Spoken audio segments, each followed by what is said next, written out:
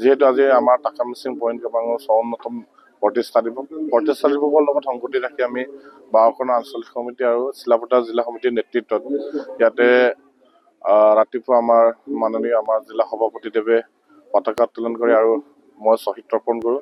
আৰু ইয়াৰ পিছতে আমি বিভিন্ন মহাবিদ্যালয়ৰ পৰা অহা আমাৰ ছাত্ৰ বন্ধুসকলক লৈ কুইজ কম্পিটিশ্যন এটা আয়োজন কৰিছোঁ। আৰু ইয়াৰ পিছতে আমি বিভিন্ন মহাবিদ্যালয়ৰ পৰা অহা বিভিন্ন সাংস্কৃতিক প্ৰতিযোগিতাসমূহ অনুষ্ঠিত কৰিম।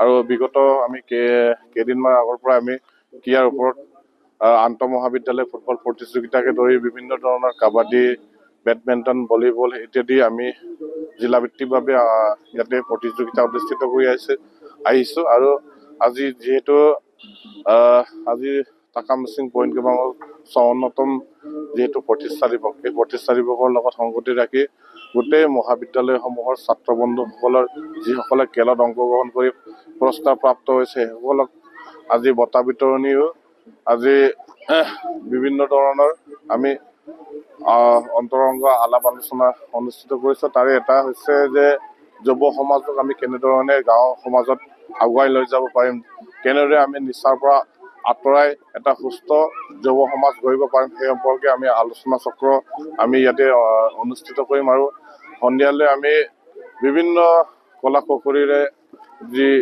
সাংস্কৃতিক অনুষ্ঠান আমি ইয়াতে অনুষ্ঠিত কৰিম। আৰু আমি সকলোৰে হিয়াৰ আমতো জুবিনদাৰ আত্মাৰ চিৰশান্তি বিচাৰি আমি ৰাতিলৈ আমি সাংস্কৃতিক অনুষ্ঠান অনুষ্ঠিত কৰিম। আৰু আমি টাকা মিচিং পইণ্ট কেবাঙৰ এটা দাবী জনাইছোঁ যে উচিত তদন্ত হওক আৰু উচিত ভাৱে তদন্ত হৈ দোষীক কঠোৰ শাস্তি প্ৰদান কৰক, এইটোৱে আমি কামনা কৰিছোঁ।